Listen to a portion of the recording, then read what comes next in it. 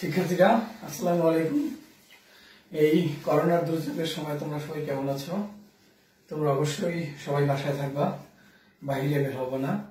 আর প্রয়োজনে যদি বাইরে বের হতেই হয় তাহলে অবশ্যই মাস্ক পরে বের হবো। তো শিক্ষার্থীরা, আজকে আমরা তোমাদের বইয়ের সরল দোলকের ক্ষেত্রে যান্ত্রিক শক্তির নিত্যতা সূত্র প্রমাণ করাবো।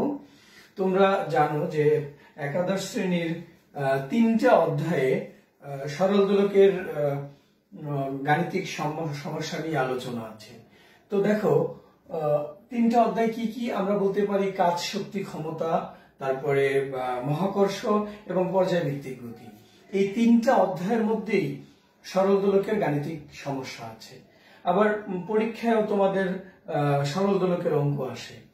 তো দেখো শিক্ষার্থীরা, আমি এখানে লিখছি যে সরল দোলকের ক্ষেত্রে যান্ত্রিক শক্তির নিত্যতা সূত্র প্রমাণ। তো এই সূত্রটা প্রমাণ করার আগে আমরা সরল দোলক সম্পর্কে একটু জানবো। সরল দোলকের বিভিন্ন রাশি জানবো যে আসলে কোনটাকে কি বলে। যেমন দেখো, এই যে আমরা একটা সরল দোলক তৈরি করলাম, তো এই সরল দোলকের এই যে একটা গোলাকার একটা বস্তু দেখা যাচ্ছে, এইটার নাম হলো বব। আবার দেখো, ও বিন্দু থেকে সরল দোলকটা ঝুলিয়ে দেওয়া হয়েছে। তো আর এই যে একটা রেখা দেখছো, আসলে এটা হলো সুতার সাহায্যে একটা ববকে, গোলাকার একটা ববকে যদি সুতার সাহায্যে, বা আমরা বলতে পারি যে মার্বেল জাতীয় একটা পদার্থ, সেটাকে যদি আমরা সুতার সাহায্যে বেঁধে আমরা যদি কোথাও ঝুলিয়ে দেই, এরপর যদি আমরা এভাবে দুলতে দেই, তাহলে সেটার নাম হবে কি? সরল দোলক। তাহলে দেখো শিক্ষার্থীরা, এখান থেকে এই পর্যন্ত এইটা হলো সুতা। তাহলে সুতার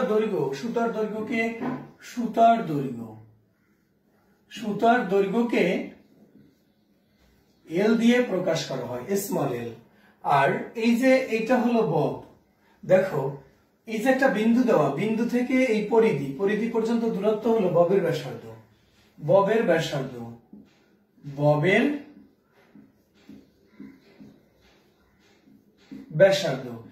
ব্যাসার্ধকে আর দিয়ে প্রকাশ করা হয়। তাহলে ঝুলন বিন্দু থেকে, অর্থাৎ যেখান থেকে ঝুলিয়ে দেওয়া হয়েছে সেই বিন্দুটার নাম ঝুলন বিন্দু থেকে ববের ভরকেন্দ্র পর্যন্ত দূরত্বকে বলা হয় সরল দোলকের কার্যকরী দৈর্ঘ্য, অর্থাৎ ইফেক্টিভ লেন্থ। তাহলে সরল দোলকের কার্যকরী দৈর্ঘ্য এল সমান সমান সুতার দৈর্ঘ্য প্লাস ববের ব্যাসার্ধ। তোমরা এটা অবশ্যই মনে রাখবা। আবার তোমরা জানো এই সরল দোলককে, যেমন এই একটা সরল দোলক, এই দোলকটাকে যদি আমরা এভাবে দুলতে দিই, তাহলে সর্বোচ্চ এতটুকু উচ্চতায় যাবে, আবার এখান থেকে এতটুকু উচ্চতায় আসলো। তাহলে দেখো শিক্ষার্থীরা, এখান থেকে এই পর্যন্ত যাবে, আবার ফিরে আসবে, তাহলে হবে সরল দোলকের একটা দোলন। তো এই সরল দোলকের একটা দোলন সম্পন্ন করতে যে সময় লাগে, সেই সময়কে বলা হয় দোলনকাল। তোমরা অবশ্যই জানো যে সরল দোলকের দোলনকাল T=√L/G। আমার মনে হয় তোমরা এটা 9-10 শিখে আসছো। এটা হলো সরল দোলকের দোলনকালের সূত্র, T=2√L/G। এখানে L হলো সরল দোলকের কার্যকরী দৈর্ঘ্য, আর G হলো বিকর্ষণ ত্বরণ, আর 2π একটা ধ্রুবক। তোমরা এটা জানো। তো শিক্ষার্থীরা, এখন আমরা সরল দোলক সম্পর্কে আলোচনা করব, অর্থাৎ যান্ত্রিক শক্তির নিত্যতা সূত্র কিভাবে প্রমাণ করা যায়। তো দেখো, আমরা আগে সরল দোলন গতি সম্পর্কে একটু কথা বলি। সরল দোলন গতি, শিক্ষার্থীরা, এইটা তোমরা পর্যায়ভিত্তিক গতি অধ্যায়ে পাবা। সরল দোলন গতিটা কি? দেখো, সরল দোলন গতি হলো যদি কোনো বস্তুর ত্বরণ এর সরণের সমানুপাতিক হয় এবং ত্বরণ সর্বদা নির্দিষ্ট বিন্দু অভিমুখী হয়, তাহলে সেই সেই বস্তুর গতিকে বলা হয় সরল দোলন গতি। আমি আবার বলছি, যদি কোনো বস্তুর ত্বরণ সরণের সমানুপাতিক হয় এবং ত্বরণ সর্বদা নির্দিষ্ট বিন্দু অভিমুখী হয়, তাহলে সেই গতিকে বলা হবে সরল দোলন গতি। যেমন দেখো, এখান থেকে আমি এটা দুলতে দিব, তাহলে এটা এদিকে গেলে এর সরণ হবে, কিন্তু ত্বরণটা হবে এই দিকে। অর্থাৎ যেদিকে সরণ হবে ত্বরণ হবে বিপরীত দিকে। অর্থাৎ বিষয়টা হলো এরকম, দেখো এই এ হলো ত্বরণ সমানুপাতিক -x, অর্থাৎ সরণ যেদিকে হবে ত্বরণ তার বিপরীত দিকে হবে। অর্থাৎ ত্বরণ আর সরণ পরস্পর সমানুপাতিক কিন্তু বিপরীতমুখী। তাহলে এই গতিকে বলা হয় সরল দোলন গতি। তাহলে এই যে সরল দোলকের গতি, এটা একটা সরল দোলন গতি। তাহলে সরল দোলন গতি দেখো, এখানে আমি সরল দোলকটা এভাবে দুলতে দিব। তো সরল দোলকটা যদি আমি এভাবে দুলতে দিই, তাহলে সরল দোলকটা যখন এখান থেকে সি বিন্দুতে সর্বোচ্চ উচ্চতায় যাবে, সর্বোচ্চ উচ্চতায় গেলে সরল দোলকটা একটা নির্দিষ্ট সময়ের জন্য স্থির হবে। স্থির হওয়ার পরে আবার সরল দোলকটা এইদিকে আসবে।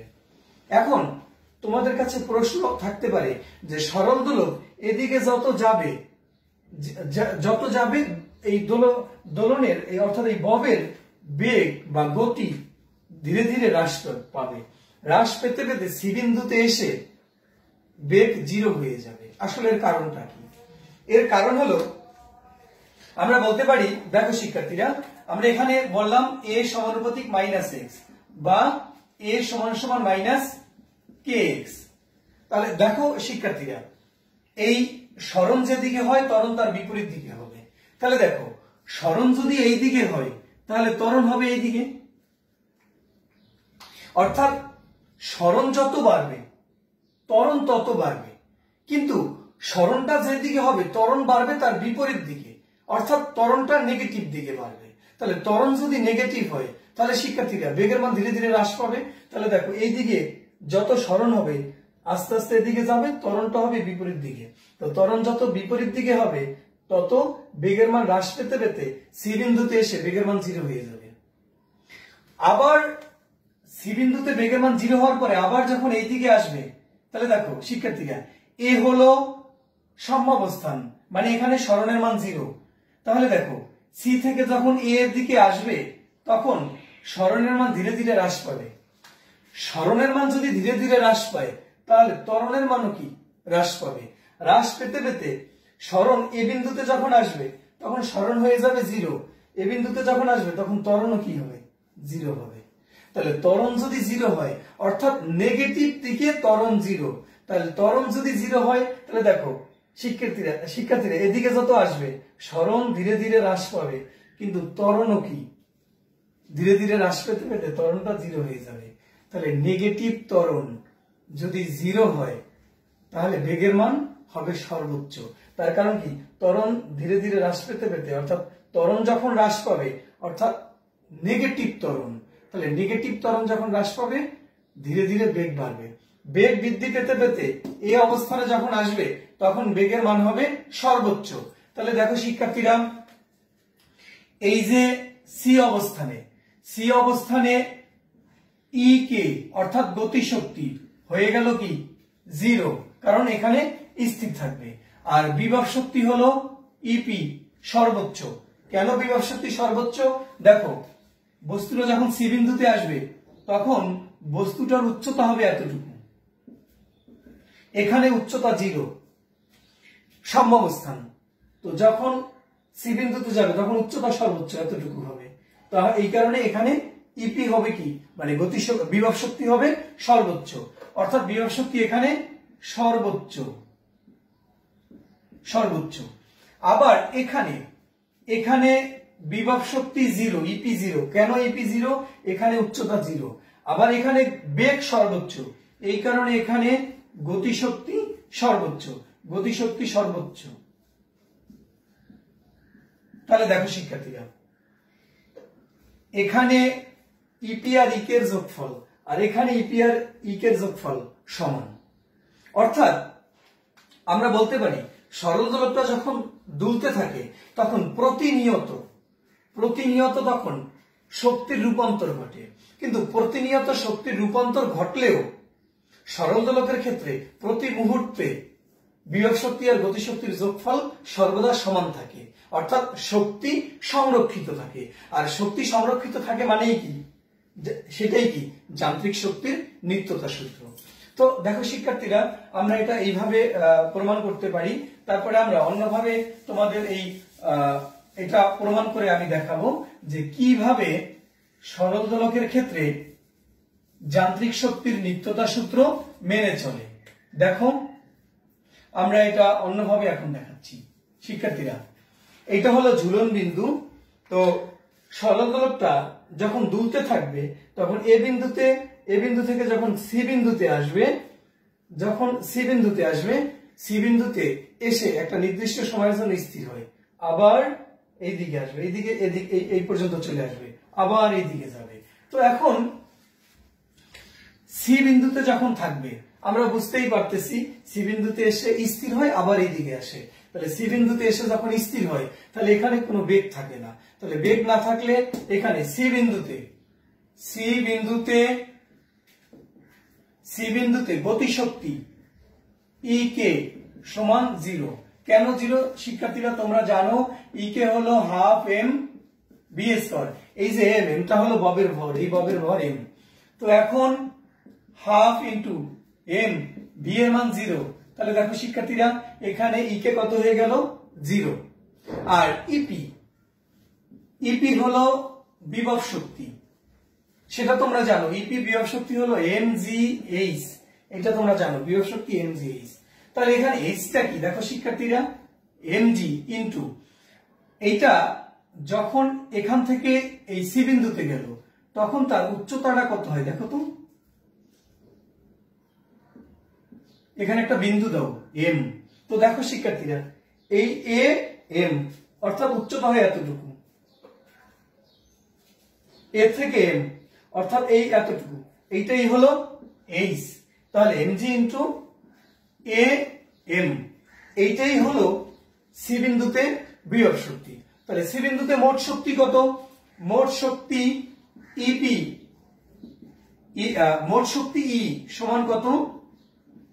ইপি প্লাস ইকে, অর্থাৎ বিভব শক্তি আর গতিশক্তির যোগফল। তো দেখো শিক্ষার্থীরা এখানে গতিশক্তি হলো mg ইনটু এম প্লাস 0। তাহলে মোট শক্তি কত পেলাম? mg into M. তাহলে দেখো এখানে আমরা মোট শক্তি পেলাম mg ইনটু এ এম। এখন আমরা দেখব সরল দোলকটা এখান থেকে যখন দুলতে সি বিন্দুতে আসার পরে এরপর আবার বি বিন্দুতে আসবে, এরপর আবার এ বিন্দুতে আসবে, তারপর এদিকে আসবে। তাহলে বি বিন্দুতে মোট শক্তি আমরা কত পাই সেটা একটু দেখি। দেখো এরপরে আমরা বি বিন্দুতে মোট শক্তি হিসাব করব। দেখো বি বিন্দুতে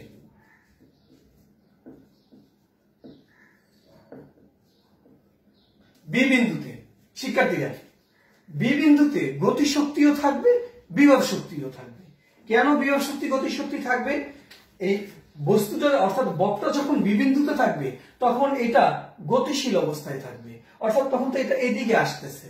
তাহলে গতিশীল অবস্থায় যেহেতু থাকবে তাহলে এখানে বিভব শক্তিও থাকবে, গতি শক্তিও থাকবে। তাহলে দেখো বি বিন্দুতে বিভব শক্তি ইপি সমান এমজি ইনটু এইচ। তাহলে এখানে এইচটা কি দেখো তো, এখানে এইচ হলো এতটুকু উচ্চতা। এখানে একটা বিন্দু দিলাম আমরা এম।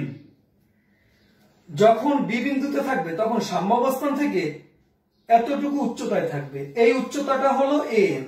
তাহলে এমজি ইনটু এ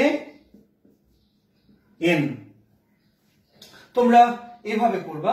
এরপরে গতিশক্তি ই কে, অর্থাৎ বি বিন্দুতে গতিশক্তি ই কে হলো কত? Half M B square. এখন এই যে ভিটা আমি কোথায় পাবো? অর্থাৎ বি বিন্দুতে সরল দোলকের বেগ। দেখো শিক্ষার্থীরা বি বিন্দুতে যেহেতু সরল দোলকের আমি বেগ বের করব, তোমরা জানো বেগ v square equal u square plus 2gh, এটা তোমরা জানো। তো এখন এই h এর মানটা আমি আবার কোথায় পাবো? শিক্ষার্থীরা বক্রটা যখন সি বিন্দুতে ছিল, সি বিন্দুতে একটা নির্দিষ্ট সময়ের জন্য বক্রটা স্থির হয়, এরপরে বক্রটা এই দিকে আসে। তাহলে স্থির হলে ইউ এর মান 0 প্লাস 2 ইনটু জি। এইচটা কোথায় দেখো? এইচ হলো বক্রটা সি থেকে বিতে আসছে, আবার খেয়াল করো শিক্ষার্থীরা, সি থেকে বিতে আসছে, অর্থাৎ সি থেকে বিতে আসা মানে হলো এই এম থেকে এনে আসা, অর্থাৎ যখন সি বিন্দুতে থাকবে তখন উচ্চতা হলো এম, যখন বি বিন্দুতে থাকবে তখন উচ্চতা হলো এন। তাহলে সি থেকে বিতে আসা মানে হলো এম থেকে এন বিন্দুতে আসা। তাহলে এতটুকু স্মরণ হলো, তাহলে উচ্চতাটা হলো এতটুকু। তাহলে এখানে ইনটু 2g, আচ্ছা এখানে গুণ চিহ্ন দেওয়ার দরকার নাই, 2g ইনটু এম এন। আবার শিক্ষার্থীরা দেখো 2g, এই যে এম এন এটাকে লেখা যায় এ এম মাইনাস, দেখো এ থেকে এম এই পর্যন্ত, এই এম থেকে যদি আমরা এতটুকু মাইনাস করে দিই এম মাইনাস এম, অর্থাৎ এই এম থেকে যদি আমরা এতটুকু মাইনাস করে দিই তাহলে এতটুকু থাকে, অর্থাৎ এম এন থাকে। তো এখন এটা আমরা ভি স্কয়ারের মান পেলাম। তো দেখো শিক্ষার্থীরা, এই মানটা তুমি এখানে বসাও, হাফ এম তারপরে ইনটু ভি স্কয়ারের মান আমরা যেটা পেলাম 2g, তারপরে কি M minus N, M minus N, এই মানটা বসালাম। তো এখন 2 আর 2 কাটা গেল, তাহলে কি রইলো এনজি, আর এখানে কি রইলো এম মাইনাস এন। তো এখন শিক্ষার্থীরা আমরা এটা পেলাম হলো ইকে আর এটা পেলাম হলো ইপি।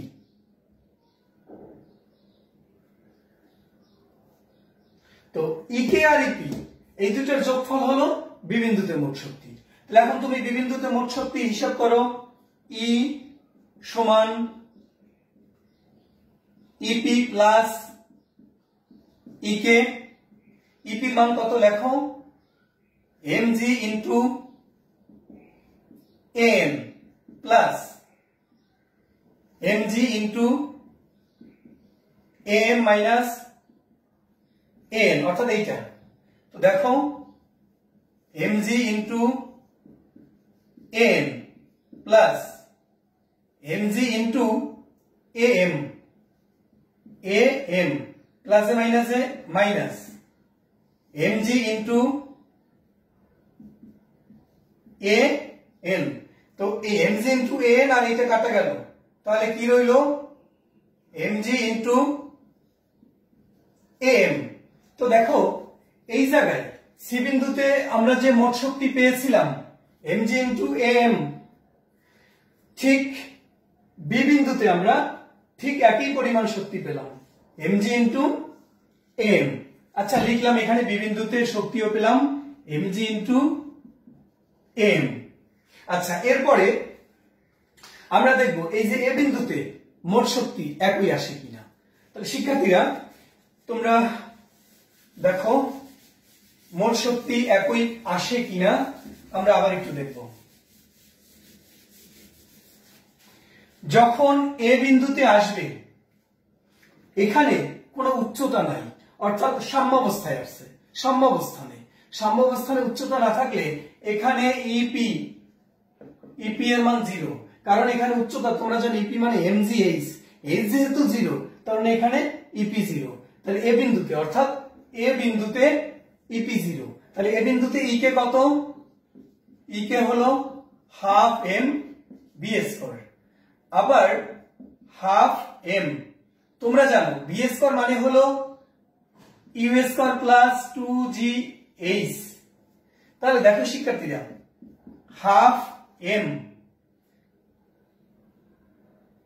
ইউ, বস্তুটা তো এদিক থেকে এদিকে আসতেছে, এখান থেকে এখানে আসতেছে, তাহলে আমি বলছি এখানে সম্পূর্ণটাই গতিশক্তি, এখানে কোনো বিভব শক্তি নাই। তাহলে এখানে তো বিভব শক্তি নাই, তাহলে গতিশক্তি যেহেতু সম্পূর্ণটা এবং সেই গতিশক্তির মান এতই হবে। আমরা একটু দেখি হয় কিনা। তো এখানে যখন ছিল তখন আদিবেগ ছিল 0, কারণ এখানে এসে একটু স্থির হয়, এরপরে আবার এইদিকে আসে। তাহলে দাও 0² প্লাস 2g। এ বিন্দুতে যখন আসবে তখন m থেকে a তে আসবে, অর্থাৎ c থেকে a তে আসা মানে হলো m থেকে a তে আসা। কারণ যখন c বিন্দুতে থাকবে তখন উচ্চতা এতটুকু, যখন এ বিন্দুতে আসবে তখন এই উচ্চতাটা ধীরে ধীরে ধীরে ধীরে হ্রাস পেতে পেতে এখানে আসবে, অর্থাৎ m থেকে a তে আসবে। তাহলে উচ্চতা ইনটু কত হলো a m। তো দেখো half m into 2g into a m, এটা তো 0 হয়ে গেল। তো এখন এই 2 আর এই 2 কাটা গেল, তাহলে কি হলো mg ইনটু a m। তো শিক্ষার্থীরা এখানে আমরা গতিশক্তি এটা পেলাম। তাহলে মোট শক্তি কত? মোট শক্তি কি ইপি প্লাস ইকে, ইপি প্লাস ইকে, অর্থাৎ এটা 0 আর এটা হলো ইকে হলো এটা। তাহলে এখানেও আমরা মোট শক্তি কি পেলাম? mg into am। তাহলে দেখো শিক্ষার্থীরা এই জায়গার মোট শক্তি, এই জায়গার মোট শক্তি আর এই জায়গার মোট শক্তি সবই কি হলো?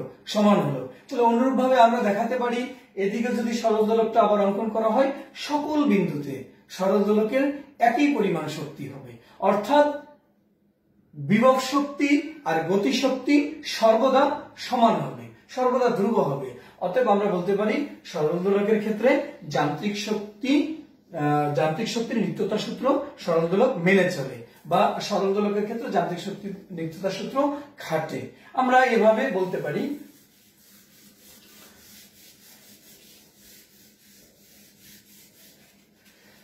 আচ্ছা,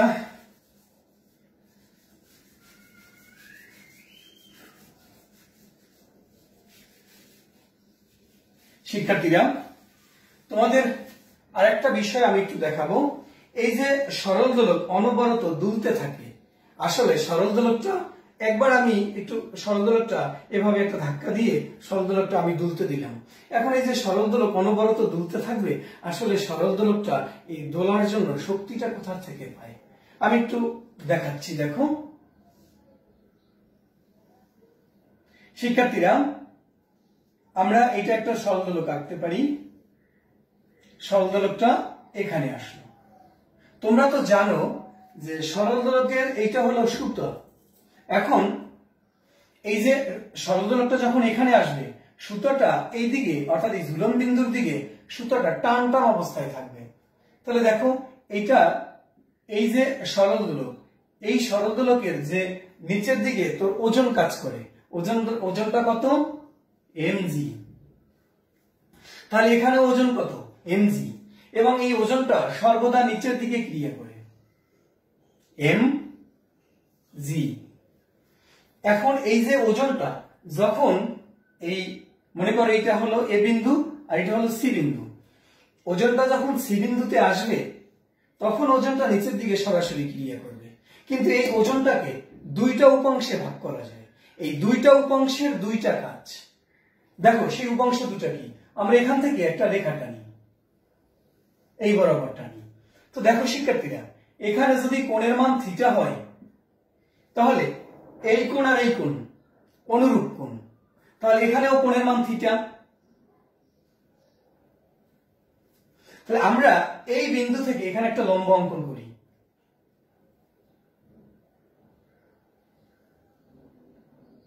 এটা 90 ডিগ্রি। তাহলে দেখো এই 90 ডিগ্রির বিপরীত কোণ হলো থিটা। শিক্ষার্থীরা এইটা যদি থিটা হয়, এইটা যদি থিটা হয়, তাহলে এটা ভূমি, অর্থাৎ এখান থেকে এই পর্যন্ত এটা ভূমি, এটা অতিভুজ, আর এটা কি? লম্ব। কারণ আমরা এখানে তো বলেই দিয়েছি এখানে একটা লম্ব অঙ্কন করা হলো। তো শিক্ষার্থীরা তাহলে এইটা, এই যে অংশটা, এইটা হলো ভূমি। তাহলে দেখো এই যে ওজনটা তো নিচের দিকে ক্রিয়া করে, অর্থাৎ অতিভুজ বরাবর ওজন ক্রিয়া করে। তাহলে এর মান হলো কি? mg, এর মান mg। তাহলে তোমরা দেখো এই যে এই ভূমিটা আমরা বের করব। তাহলে তোমরা জানো ভূমির সাথে সম্পর্ক হলো, ভূমির সাথে অতিভুজের সম্পর্ক হলো cos থিটা। তাহলে দেখো cos থিটা ইকুয়াল ভূমি বাই অতিভুজ, ভূমি বাই অতিভুজ, অতিভুজটা কত? mg। তাহলে ভূমি কত হলো? mg cos theta, mg cos theta. তাহলে এই দিকে ওজনের যে উপাংশটা, ওজনের অর্থাৎ এই যে উপাংশ এটা হলো ওজনের এইটা হলো ওজন, বাট এইটা হলো অনুভূমিক উপাংশ। তো সেই অনুভূমিক উপাংশটা কত?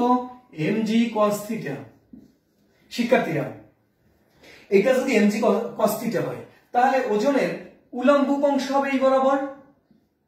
তাহলে দেখো এইটা যদি mg cos থিটা হয় তাহলে এইটা হবে mg sin থিটা। এইটা mg sin থিটা মানে হলো এই উলম্ব উপাংশ mg sin থিটা, কারণ এই রেখা আর এই রেখা কি পরস্পর সমান্তরাল। তাহলে এইটা হলো mg sin থিটা। তো দেখো এই যে ওজনটা সরাসরি ক্রিয়া করে নিচের দিকে, তাহলে ওজনটা দুইটা লম্ব উপাংশে ভাগ করা যায়। একটা হলো mg cos থিটা আর একটা হলো উলম্ব উপাংশ mg sin থিটা। এখন এই যে mg cos থিটা এইটা হলো ক্রিয়া করে এই দিকে, কিন্তু এই যে সুতার টান হলো এই দিকে p। তাহলে এই mg cos থিটা আর সুতার টান পরস্পরকে কি করে? নিষ্ক্রিয় করে দেয়। mg cos থিটা আর t, অর্থাৎ t হলো সুতার টান আর mg cos থিটা হলো এই ওজনের অনুভূমিক উপাংশ। তাহলে ওজনের অনুভূমিক উপাংশ আর t পরস্পরকে নিষ্ক্রিয় করে দেয়। তাহলে বাকি থাকে কি? mg sin theta. এবং mg sin থিটা কোন দিকে? সাম্যাবস্থানের দিকে। তাহলে এই যে mg sin থিটা ওজনের একটা উপাংশ, এইটাই বক্রটাকে সাম্যাবস্থানের দিকে নিয়ে আসে। তাহলে আবার বক্রটা যখন এইভাবে যায়, তাহলে আবার এই দিকে যখন আসে, তাহলে এই দিকে ক্রিয়া করবে হলো mg, আর এইটা হলো সুতার টান t, এই দিকে হলো mg cos থিটা, আবার এই দিকে হলো কি? mg sin theta. আবার এই mg sin থিটা কি সাম্যাবস্থানের দিকে, এইটা আবার এই দিকে নিয়ে আসে। অর্থাৎ এভাবেই সরল দোলকটা দুলতে থাকে। শিক্ষার্থীরা, তোমরা এই অংশটুকু তোমরা পর্যায়ভিত্তিক গতি থেকে তোমরা পাবা। পর্যায়ভিত্তিক গতিতে এখানে বিস্তর আলোচনা আছে। তো শিক্ষার্থীরা, এখন আমরা সরল দোলকের একটা অঙ্ক করব। দেখো এখানে সরল দোলকের একটা অঙ্ক দেয়া আছে। সরল দোলকের ক্ষেত্রে যে যান্ত্রিক শক্তির নিত্যতা সূত্র খাটে বা নিত্যতা সূত্র প্রমাণ করা যায়, এখানে আমরা একটা অঙ্ক দেখি। দেখো একটা সরল দোলক দেয়া আছে। এই সরল দোলকের কার্যকরী দৈর্ঘ্য দেওয়া আছে 1 মিটার। কার্যকরী দৈর্ঘ্য এখান থেকে এই পর্যন্ত 1 মিটার দেয়া আছে। আর ববের ভর দেয়া আছে 0.02 কেজি। তারপরে দেখো এখান থেকে এই পর্যন্ত কোণের মান দেওয়া আছে 30 ডিগ্রি, আর বি থেকে এ অর্থাৎ এতটুকু কোণের মান দেওয়া আছে 15 ডিগ্রি। তো এখন কি বলা আছে? বি বিন্দুতে গতিশক্তি নির্ণয় করো। উদ্দীপকে ব্যবহৃত দোলকটি যান্ত্রিক শক্তির নিত্যতা সূত্র মেনে চলে কি? গাণিতিক বিশ্লেষণ দাও। অর্থাৎ এই দুটো অঙ্ক আমরা একটু প্রমাণ করে দেখাচ্ছি। শিক্ষার্থীরা, আমি সুবিধার জন্য এখানে আবার চিত্রটা আঁকি।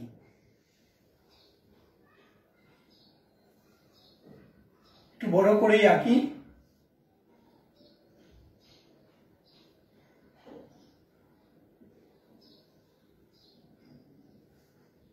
দেখো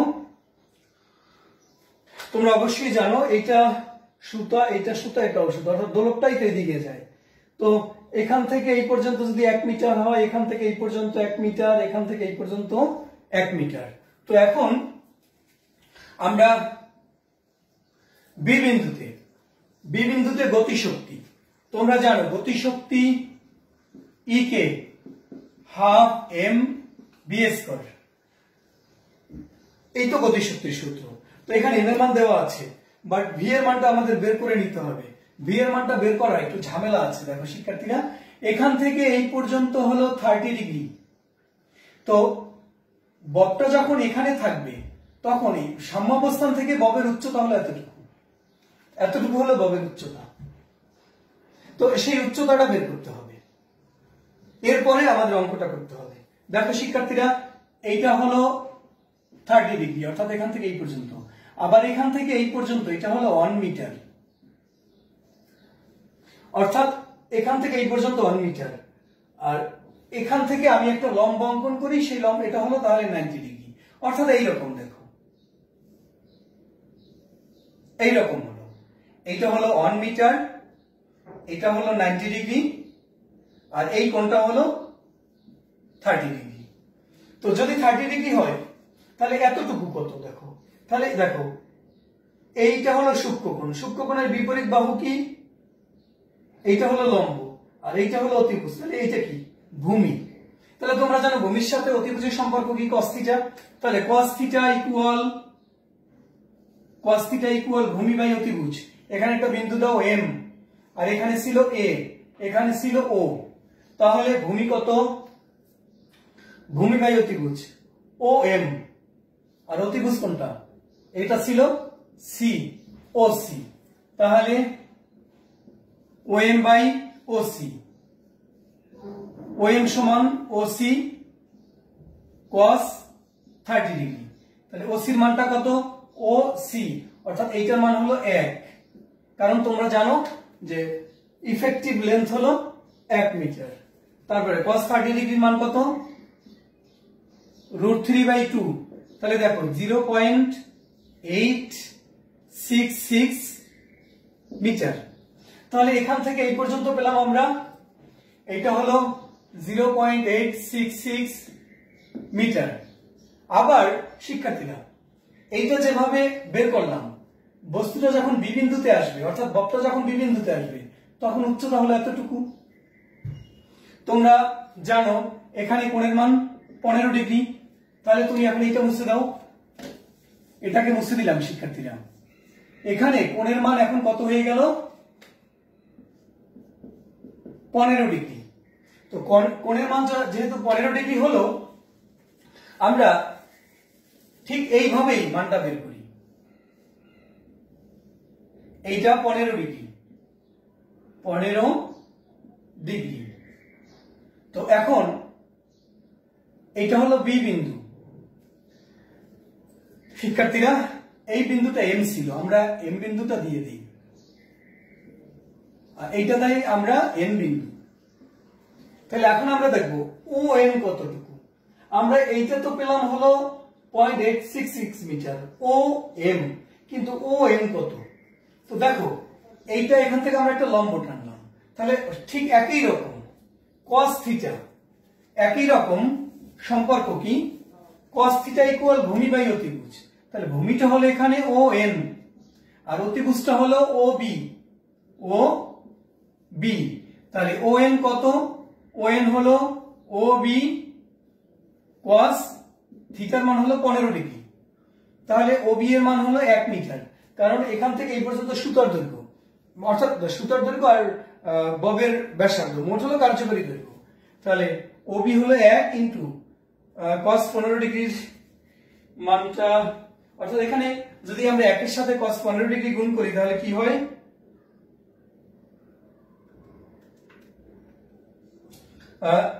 মানটা হয় 0.96592 এত মিটার সমান 0.96592 মিটার। তো দেখো শিক্ষার্থীরা এখান থেকে এই পর্যন্ত পেলাম 0.96592 মিটার। তো দেখো যখন ববটা এই সি থেকে বিতে আসবে তাহলে এতটুকু অতিক্রম করবে। তাহলে এখান থেকে এই পর্যন্ত পেলাম কি 0.866 মিটার, আবার এখান থেকে এই পর্যন্ত পেলাম কি 0.96592 মিটার। তাহলে এতটুকু কত, তাহলে এই দূরত্ব থেকে যদি এতটুকু বাদ দেই তাহলে আমি এতটুকু পাই, ওইটাই হলো কি আমাদের সেই এইচ। তাহলে দেখো শিক্ষার্থীরা এটা মনে রাখবা, এই মানটা অবশ্যই আমাদের লাগবে। আমরা গতিশক্তি বের করব, E K equal half M B square, half into m এর মান কত দেখো 0.02 ইন্টু ভি, ভি হলো কত you square plus 2g H. তো দেখো শিক্ষার্থীরা 2g এইচ, তো হাফ ইন্টু 0.02 ইন্টু ইউ এর মান তো 0, তাহলে কি হলো 2g ইন্টু এই যে এইচটা কত বলো তো? এইচটা হলো এম এম এম এন। কারণ কি, এইটা যদি এম হয় আর এইটা যদি এন হয়, তাহলে সি থেকে বিতে আসা মানে এম থেকে এনে আসা। আমরা প্রমাণের ক্ষেত্রেও দেখাইছিলাম এম এন। তো হাফ ইন্টু 0.02 ইন্টু 2 ইন্টু 9.8। এরপরে দেখো এম এন, এইটা কত? এইটা হলো এম এন এর মান হলো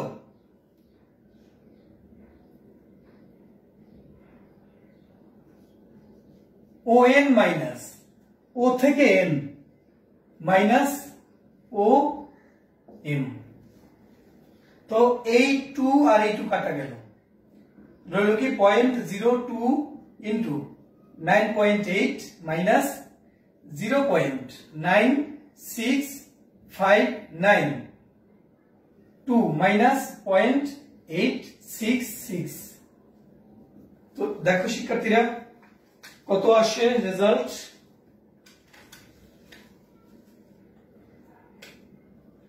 .02 into 9.8 into 0.96592 minus 0.866, 0.01958। এইটাকে আসলে এইভাবে লেখা যায় 0.0196 এত জুল। তাহলে এখানে আমরা গতিশক্তি, এই বি বিন্দুতে গতিশক্তি এত পেলাম। শিক্ষার্থীরা আমার মনে হয় তোমরা অঙ্কটা বুঝছো, আর তোমরা না বুঝলে অবশ্যই কোথায় বুঝো নাই তোমরা অবশ্যই কমেন্ট বক্সে কমেন্ট করে জানাবা। তো এরপরে পরের অঙ্কটা কি দেখো, উদ্দীপকে ব্যবহৃত দোলকটি যান্ত্রিক শক্তির নিত্যতা সূত্র মেনে চলে কি? গাণিতিক বিশ্লেষণ দাও। শিক্ষার্থীরা আমরা এখানে যে বি বিন্দুতে যে গতিশক্তিটা পেলাম, এখানে আমরা একটু লিখে রাখি ই কে। বি বিন্দুতে গতিশক্তি যেটা পেলাম সেটা আমরা লিখে রাখবো 0.0196 এত জুল আমরা এটা পেলাম, এটা এখানে এটা লিখে রাখি। আচ্ছা পরবর্তী অঙ্ক দেখো, পরবর্তী অঙ্ক হলো যান্ত্রিক শক্তির নিত্যতা সূত্র মেনে চলে কি? গাণিতিক বিশ্লেষণ দাও। দেখো আমরা সুবিধার্থে আবার চিত্রটা আঁকি।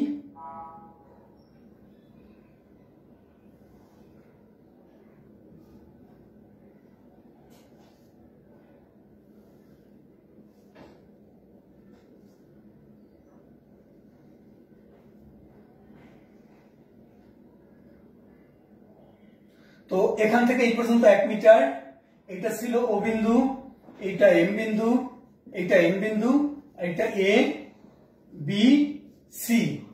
তো এখন আমরা দেখব সি বিন্দুতে মোট শক্তি, বি বিন্দুতে মোট শক্তি, আবার এ বিন্দুতে মোট শক্তি, সবগুলো শক্তি বের করে আমরা দেখব যে আসলে শক্তিগুলো সমান কিনা। তাহলে দেখো শিক্ষার্থীরা, সি বিন্দুতে মোট শক্তি, সি বিন্দুতে আমরা জানি যে সি বিন্দুতে সমস্ত শক্তি কি? বিভব শক্তি। এখানে কোনো গতি শক্তি নাই, কারণ সরলদোলক সি বিন্দুতে এসে কি হয়? স্থির হয়। তাহলে আমরা এখানে লিখে দেই যে এখানে ইপি হলো 0, সরি ইকে হলো 0, এখানে ইকে হলো 0। তাহলে ইপি হলো কত? mgh। তো mgh mg কিন্তু h মানে হলো, দেখো শিক্ষার্থীরা am এতটুকু হলো উচ্চতা, অর্থাৎ এ থেকে যখন সি বিন্দুতে যাবে তখন উচ্চতাটা এতটুকু হয়। এই উচ্চতাটা মানেই হলো am, mg ইন্টু am। তাহলে m এর মান 0.02, g এর মান 9.8। শিক্ষার্থীরা am এর মান কত? am এর মান দেখো ও এ মাইনাস, অর্থাৎ ও থেকে এ মাইনাস ও থেকে এম এতটুকু, ও এম। দেখো শিক্ষার্থী এখান থেকে এই পর্যন্ত 1 মিটার, তাহলে এই 1 মিটার থেকে যদি এতটুকু বাদ দেই তাহলে আমি এতটুকু পাই। তাহলে দেখো 0.02 ইন্টু 9.8 ইন্টু এইটা হলো 1 মাইনাস 0.OM এর মান তোমাদের অবশ্যই মনে আছে 0.866 তাহলে দেখো এখানে কত হয় 0.02 ইন্টু 9.8 ইন্টু 1 মাইনাস 0.866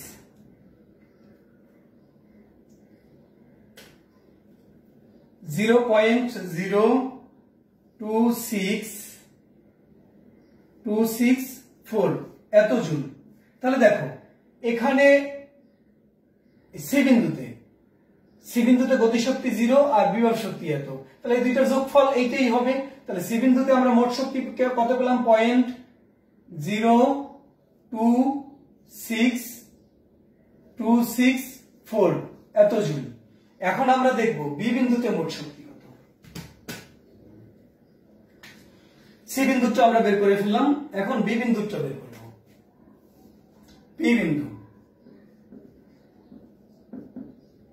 বি বিন্দুতে মোট শক্তি আমরা অলরেডি বি বিন্দুর গতিশক্তি জানি ই কে 0.0196 জুল। এটা হলো বি বিন্দুর গতিশক্তি। তাহলে বি বিন্দুর বিভব শক্তি কত ইপি সমান এমজি ইনটু, দেখো যখন বিতে থাকবে তখন উচ্চতা কত AN MG into A N. তাহলে এম এর মান কত 0.02 9.8। শিক্ষার্থীরা এ এন কত তোমরা দেখো, এ এন কত ও এ মাইনাস এই যে এন এতটুকু, এই উচ্চতাটা কত, এই উচ্চতাটা হলো ও এ থেকে, অর্থাৎ এখান থেকে এইটা থেকে ও এন বাদ দাও, ও এন অর্থাৎ এতটুকু বাদ দিবা, এই পর্যন্ত বাদ দিবা, তাহলে এতটুকু থাকবে। তাহলে 0.02 into 9.8 into 1 minus 0.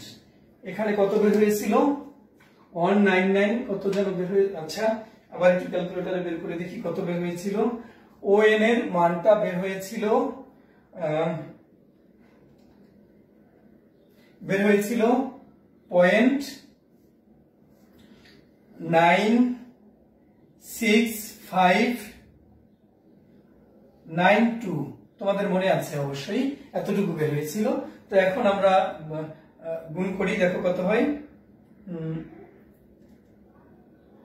0.02 into 9.8 into 1 minus 0.96592, তাহলে কত হয় 0.0666796 এত জুল। তাহলে দেখো শিক্ষার্থীরা এখানে ইকে হলো এইটা আর ইপি হলো এইটা, তাহলে এই দুইটার যোগফল কত হয়, এই দুইটার যোগফল, এই দুইটা তুমি যোগ করো, অর্থাৎ বি বিন্দুতে মোট শক্তি দুইটা যদি আমরা যোগ করি তাহলে কত হয় প্লাস 0.0196, যোগ করলে এই দুইটার যোগফল হয়, দুইটার যোগফল 0.02627 আর এখানে আছে 0.02626। আসলে এটা ব্যাপার না, এই পর্যন্ত মিললেই হয়, এই পর্যন্ত মিললেই হবে, কারণ এখানে ফ্র্যাকশনের কারণে আমাদের এই মানটা আসেনি। তাহলে শিক্ষার্থীরা তোমরা এই 262 পর্যন্ত রাখো, এই এতটুকু দরকার নেই আমাদের, 0.02262 এই পর্যন্ত আমাদের মিললেই হবে। তো এত জুল হয়ে গেল। তো দেখো শিক্ষার্থীরা এখানেও আমরা সেই বি বিন্দুতে আমরা মোট শক্তি ওইটাই আমরা পেলাম। তাহলে এখানে বি বিন্দুতে মোট শক্তি আমরা কত পেলাম 0.0262 এই পর্যন্ত আমরা পেয়ে গেলাম। তো দেখো এইটা আর এইটা কি রেজাল্টটা আমাদের মিলে গেছে। এরপরে আমরা দেখব এ বিন্দুতে মোট শক্তি। তো দেখো শিক্ষার্থীরা আমাদের এ বিন্দুতে মোট শক্তি